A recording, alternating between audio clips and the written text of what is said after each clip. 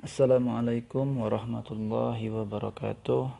Selamat pagi Bapak Ibu semua. Hari ini saya ingin mengisi konten pada sistem e-learning Unsia. Bagi Bapak Ibu yang baru bergabung dengan Universitas Syah Kuala sebagai dosen, tentu saat ini pada masa pandemi ini diminta untuk dapat melaksanakan pembelajaran secara daring. Nah, sistem e-learning menjadi salah satu sistem pembelajaran yang disarankan oleh Universitas Syah Kuala. Baik, sekarang saya mulai dari bagaimana kita masuk ke sistem e-learning. Pertama, Bapak Ibu bisa menulis di search engine. Kita buat saja di sini e-learning Unsia. Ya, Unsia. Kita pilih yang ini Bapak Ibu.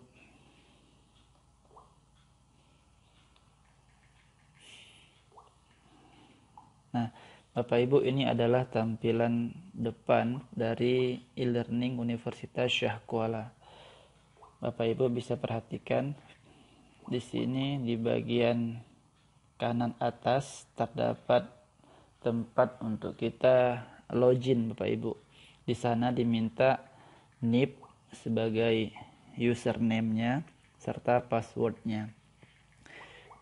Nah, kalau Bapak Ibu sudah memiliki nomor induk karyawan ya ataupun nomor induk pegawai dan Bapak Ibu telah terdaftar di Simpek Unsia, maka Bapak Ibu sudah dapat login. Caranya masukkan NIP atau NIK Bapak Ibu. Ya. Misalnya saya masukkan NIK saya. Ya, ini NIK saya. Kemudian saya masukkan password saya. Ya, password saya sudah pernah saya rekam sehingga sudah langsung muncul. Ya, saya sudah berhasil masuk Bapak Ibu.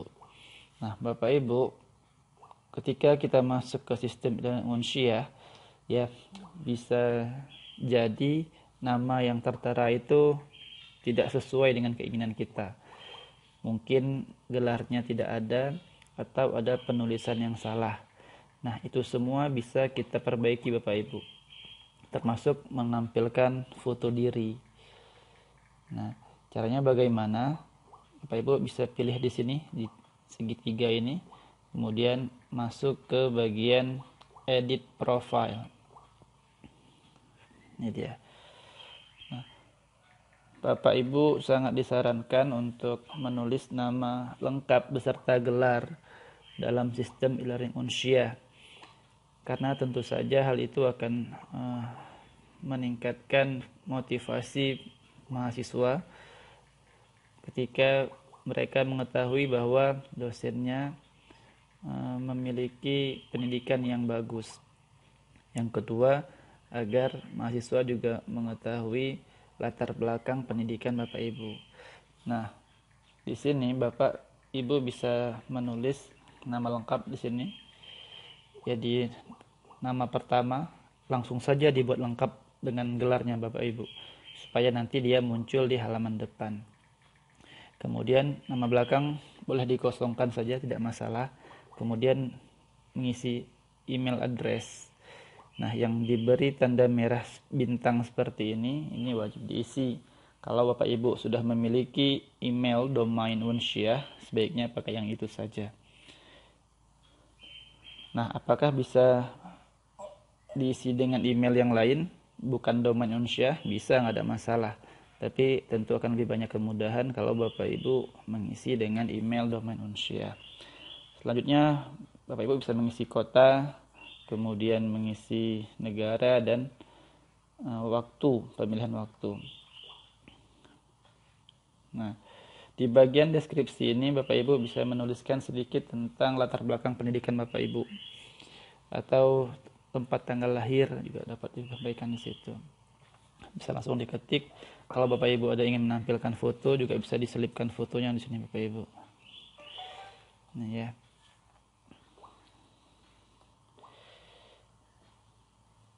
Nah, kemudian Bapak Ibu juga bisa mengisi, misalnya nih menampilkan foto Bapak Ibu ya. Ini ada foto. Nah, saya sudah pernah mengisi foto, jadi sudah ada. Ingat, maksimum ukuran file foto Bapak Ibu tidak boleh lebih dari 50 MB. Dan maksimum hanya satu buah file yang dimasukkan. Ini Bapak Ibu. Nah, ini bisa langsung di-drag di sini dan dia akan keluar. Nah, selanjutnya Bapak Ibu juga bisa mengisi ketertarikan Bapak Ibu atau minat Bapak Ibu. Misalnya mau mengisinya itu, kalau saya media pembelajaran ya. Kemudian misalnya saya buat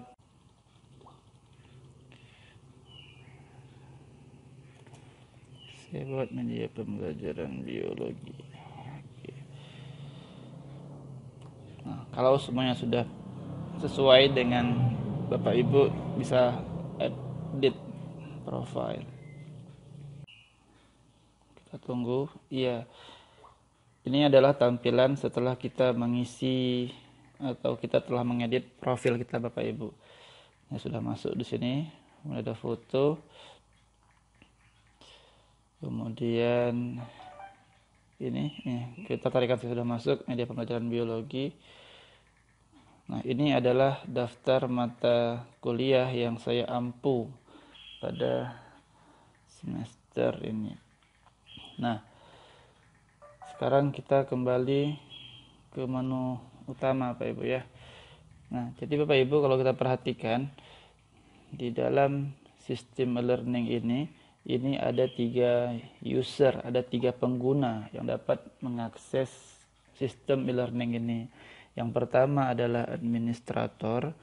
Mereka adalah orang-orang yang diberi hak untuk mengatur tampilan sistem e-learning, mengatur tata letak, dan lain sebagainya. Mereka juga diberikan hak untuk menambahkan user ataupun mengurangi, bahkan memblok user yang dianggap tidak sesuai dengan apa yang diharapkan dari sistem e-learning ini. Yang kedua, penggunanya atau usernya adalah berupa dosen. Dosen ya, seperti kita ini diberikan hak untuk mengisi konten, menambahkan konten berupa materi dan bahan ajar, kemudian bisa mengisi aktivitas-aktivitas dari kegiatan belajar mengajar. Yang ketiga yang bisa mengakses ini adalah mahasiswa Bapak Ibu. Jadi mahasiswa bisa masuk dengan NPM-nya, kemudian password yang dia pakai ketika mengisi KRS online, dia bisa masuk. Namun mahasiswa tidak mendapatkan akses untuk mengubah-ubah konten. Mereka hanya dapat mengunduh konten, mengambil bahan ajar yang sudah kita upload, kemudian mengumpulkan tugas. Di sini juga ada forum komunikasi ya, forum diskusi, serta ada tempat untuk chat langsung. Nah, sekarang saya coba tampilkan sedikit. Saya sekarang masuk ke, mari Bapak Ibu, my course ya. Ini.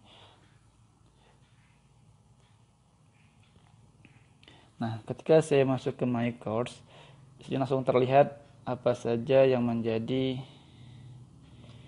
mata kuliah saya di semester ini. Saya biologi umum Bu, ada 2. Yang pertama ini di kehutanan, yang ini ada di biologi umum di pendidikan biologi. Saya coba buka dulu yang di biologi.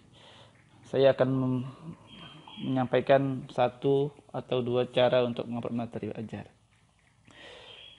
Bapak Ibu, untuk membuat ini sedikit deskripsi mata kuliah ya, seperti ini. Ya, kemudian untuk mengisi topik pertemuan kita seperti ini ya. Ini saya belum isi materinya apa. Saya hanya baru membagi siapa saja dosen yang mengajar untuk mata kuliah ini. Ada Pak Ihsan di sini, ada Pak Ali Makmur, dan seterusnya sampai 16 pertemuan. Nah, maka kalau kita ingin mengisi seperti ini, pendahuluan, sel, sebagian struktural, dan seterusnya, itu caranya adalah Bapak Ibu klik tombol ini Bapak Ibu yang warna hijau. Nah, saat kita klik itu artinya kita ingin mengedit ya apa yang ada di dalam mata kuliah kita. Nah, akan muncul tampilan seperti ini Bapak Ibu. Ya. Di atas ini kita bisa mengisi deskripsi mata kuliah. Ya, kita bisa sampaikan tujuan dari mata kuliah ini, kemudian apa nama mata kuliahnya, bobotnya berapa, sifatnya wajib atau pilihan, dan seterusnya. Sebenarnya ini kalau kita mau lengkapi, kita bisa juga buat selain materi apa yang akan diajarkan, kita juga bisa lihat, kita bisa tampilkan juga di sini sampai ke rujukan Bapak Ibu ya, rujukan, kemudian sistem penilaian, sejelas mungkin lah Bapak Ibu, sehingga mahasiswa yang mengakses bisa tahu bagaimana perkuliahan akan dijalankan, kemudian apa saja aktivitas yang ada di mata kuliah ini. Nah, sekarang misalnya saya ingin memberi materi, mengisi konten di pertemuan yang ini misalnya Bapak Ibu. Saya mau mengisi organisasi tumbuh-tumbuhan. Nah, saya ingin menambahkan konten di organisasi tumbuh-tumbuhan misalnya. Nah, caranya adalah saya memilih yang ini, add an activity or resource. Saya klik. Di sini sudah muncul beberapa aktivitas Bapak Ibu. Ada chat, ada choice, ada quiz, dan seterusnya. Nah, di sini bisa ada forum. Nah, kali ini misalnya saya ingin memasukkan file ya, masukkan file berupa PDF untuk bahan bacaan mahasiswa. Kita pilih yang ya resources. Jadi ini Bapak Ibu ada yang activity nih, semua activity di sini. Kemudian yang kedua ada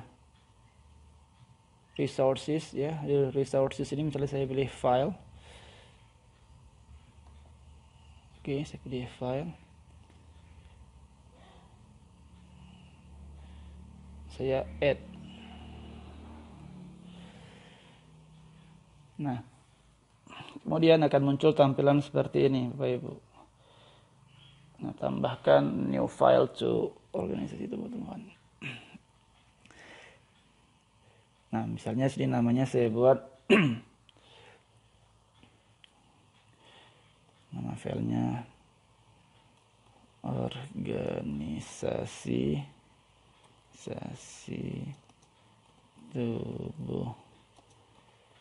tumbuhan. Di deskripsinya saya buat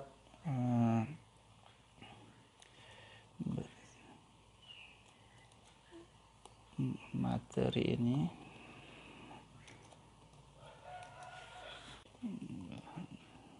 ya, misalnya seperti ini Pak Ibu ya. Nanti kita perbaiki lagi. Ini untuk contoh saja, menghemat durasi waktu. Kemudian agar semua yang kita tulis ini tampil di depan, kita jangan lupa mengklik tanda centang di sini agar deskripsi disampaikan ya. Kemudian ini sudah kita centang.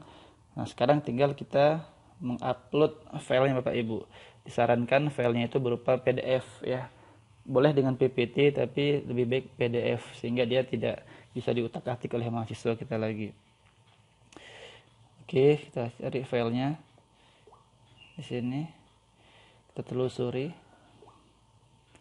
Ya, saya ambil data yang di sini, data, kemudian bahan ajar, biologi umum 2020. Ini ada PDF file, saya open. Ya, kita tunggu dia di-upload. Ya, sudah masuk Pak ya, nih sudah masuk ya. Kemudian Oke, langsung saya pilih upload this file. Ya, sambil menunggu dia terupload, Bapak Ibu, saya juga dapat sampaikan pada sistem e-learning ini kita juga dapat membuat kuis, Bapak Ibu. Kuis, kita dapat membuat uh, forum diskusi dan seterusnya ya. Jadi sangat membantu sekali. Nah, ini sudah masuk ya file saya. Kemudian saya bisa langsung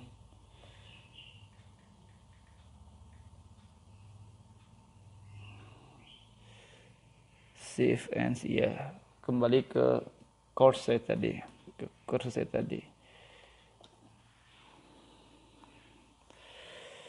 Nah, perhatikan Pak Ibu, tampilannya jadi seperti ini. Jadi sekarang saya sudah punya satu file ya, file untuk bahan bacaan dan tugas bagi mahasiswa.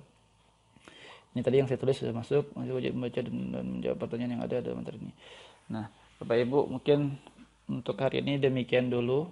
Sebenarnya saya mau sampaikan juga bagaimana kalau kita ingin memasukkan tautan ke sumber eksternal, kemudian bagaimana memasukkan video, tapi saya kira nanti kita akan bertemu pada sesi selanjutnya, jadi supaya tidak terlalu panjang.